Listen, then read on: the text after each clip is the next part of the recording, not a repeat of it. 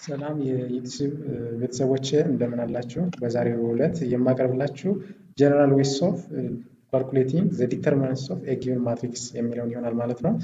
ስለዚህ አንድ ጀነራሊ 3×3 ኦር 4×4 የሆነ ማትሪክስ ይሰጠናል።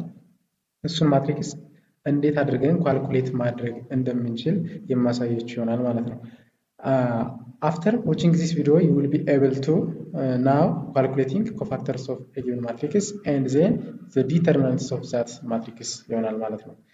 Okay, procedures to find determinants of a given matrix እንግዲህ አንድን ማትሪክስ ለመፈለግ የራሱ የሆነ ፕሮሲጀር ይኖረዋል ማለት ነው።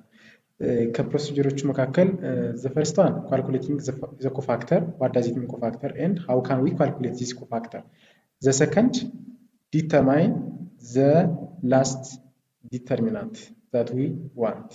Okay, cofactors of a given matrix, for example, the given matrix may be given at this way in general form. A which is equals to the A11, A12, A13, A21, A22, A23, A31, A32, A33. ይሄ ጀነራል ዌይስ ኦፍ ኤክስፕሬሲንግ ኤ ጊቨን ማትሪክስ ይሆናል ማለት ነው። ስለዚህ ይህንን እንዴት መፈለግ እንደምንችል እናያለን ማለት ነው።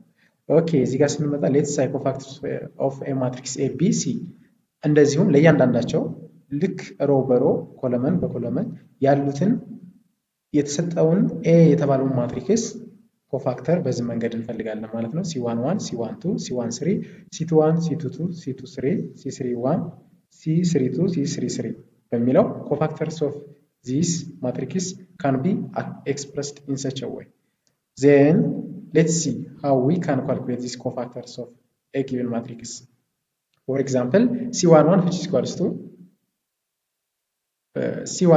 equals to minus 1 the power of I plus j times the determinants of A22, A23, A32, A33. እዚህ ጋር ይሄን እንዴት እናየዋለን መሰላችሁ? ወደኋላ እንመለስና ወደኋላ ከተመለስን በኋላ ይታያችኋል አይደል? C11 የተባለችውን ኮፋክተር ለመፈለግ እዚህ ጋር እንመጣለን። ይሄን ማትሪክስ እንመለከታለን። ይሄን እንዲህ እናጠፋለን ወደ ቀኝ።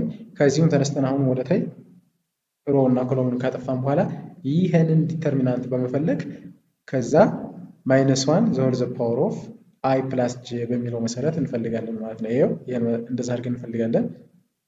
እንደዚህ አድርገን ከፈለግን በኋላ ለእያንዳንዱ for row 1 C11 which is equals to -1 the power of I plus j times the determinants of A22, A23, A32, A33, C12 which is equals to -1 the power of I plus j times the determinants of A12, A23, A31, A33 ብለን ፈለግ ለእያንዳንዳቸው በዚህ መሰረት ልክ እንዴት እንደ ካልኩሌት እንደሚደረግ ላሳያችሁ። አሁን ለምሳሌ A12ን ከፈለግ ይቺን ፖይንት እንይዝና ወደ ታይ ያለውን ኮለምን እናጠፋለን። ከዛም ከዚህ ፖይንት ተነስተን ሆሪዞንታሊ ያለውን በማጥፋት ይቺን A21 A31 እና A23 A33 እነዚህን በመጠቀም ካልኩሌት ማድረግ እንችላለን። A13ንም ከተባል A13 እንነሳና ኮለምን እናጠፋለን። አሁንም ሮውንም እንደዚህ እናጠፋለን። ከዛ A21 A22 A31 A32 በሚለው እያንዳንዳቸውን በዚህ ጀነራል በሆነ መንገድ ካልኩሌት ካደረግን በኋላ የምናገኘው ቫልዩ አለ ማለት ነው። ይህን ቫልዩ ካገኘን መጨረሻ ላይ ዲተርሚናንታችን ይሆናል። ዲተርሚናንት ኢኳልስ ቱ A11 ታይምስ C11 ፕላስ A12 ታይምስ C12 ፕላስ A13 ታይምስ C13 ይሆናል ማለት ነው። ይሄ ማለት የመጀመሪያውን ሮውን ከተጠቀምን ለእያንዳንዱ ማለት ነው። ሮውን ከተጠቀምን ልክ A11 ፈርስት ሮ ላይ ነው። A12 A13 ፈርስት ሮ ላይ ከዛ ፈርስት ሮ ላይ ባሉት C11 C12 C13 አባስተን ጠቅላላ የነዚህን ብዜት ድምር የምናገኘው ዲተርሚናንት ይሆናል ማለት ነው። እንደገና ደግሞ ጂን በሌላ መንገድ መፈለግ እንችላለን። ለምን A11 የመጀመሪያውን ሮ ተጠቅመን ከዛ ኮለመን ተጠቅመን መስራት እንችላለን። ለምሳሌ A11 A21 A31 ማለት ፈርስት ኮለመን ላይ ያሉ ማትሪክሶች ናቸው ማለት ነው። በዚህ መሰረት በእነዚህ ኮፋክተር በማባዛት C11 C21 C31 የሚባሉትም ፈርስት ኮለመን ላይ ያሉት ኮፋክተሮች ናቸው። በዚህ መንገድ አባዝተን የምናገኘው ቫልዩ ምን ይባላል ማለት ነው? the determinants of a given matrix ይባላል ማለት ነው። ከዚህ የምናየው I የምንለው ሮው ናምበር ነው። j የምንለው ኮለመን ናምበር ነው። ለምሳሌ A11 ላይ ኮፋክተር ስንፈልግ -1 -1 ታይምስ አይ ፕላስ ጄ ታይምስ ዲተርሚናንት ኦፍ ዚስ በሚለው መሰረት ለምሳሌ 1 ከሆነ -1 ዞር ዘ ፓወር ኦፍ 2 ሲሆን ፖዘቲቭ ይሆናል ማለት ነው። ኦንሊ ቫሊዩ 1 ታይምስ ዘ ዲተርሚናንት ኦፍ ዛት ማትሪክስ ይሆናል ማለት ነው።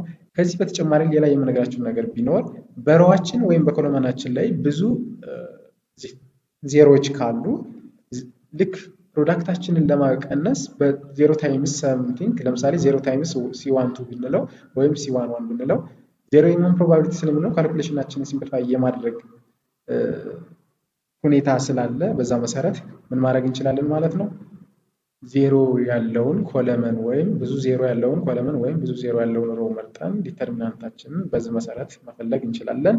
ለኔክስት ክላስ ይችን እንደ ሆምወርክ ትሰሯታላችሁ ማለት ነው። በዚህ መሰረት እንደ ሆምወርክ ትሰሯትና ሪዛልታችሁን ኮሜንት ጋር ታስቀምጡኛላችሁ። ስለተከታተላችሁኝ አመሰግናለሁ። ዶንት ፎርጌት ቱ ሰብስክራይብ ላይክ ኤንድ ክሊክ ዘ ሪንግ በተን